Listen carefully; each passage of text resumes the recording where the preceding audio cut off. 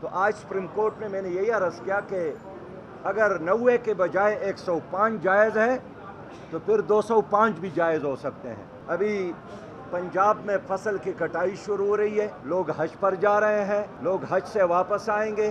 اگر ہم چاہتے ہیں کہ اوورسیز پاکستانی بھی ووٹ استعمال کرے تو لاکھوں پاکستانی جو حج پر جائیں گے آپ اس کو بھی ووٹ سے محروم نہیں کر سکتے۔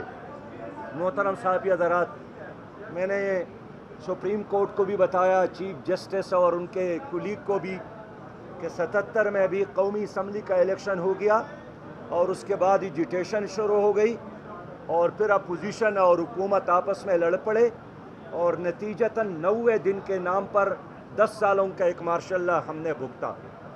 1997 میں یہی پیپل پارٹی اور مسلم لیگ جو آج بالکل شیر و شکر اور بہن بھائی بن گئے ہیں، یہی آپس میں لڑتے رہے اور نتیجتاً پرویز مشرف کا مارشل لا ہم نے دیکھا۔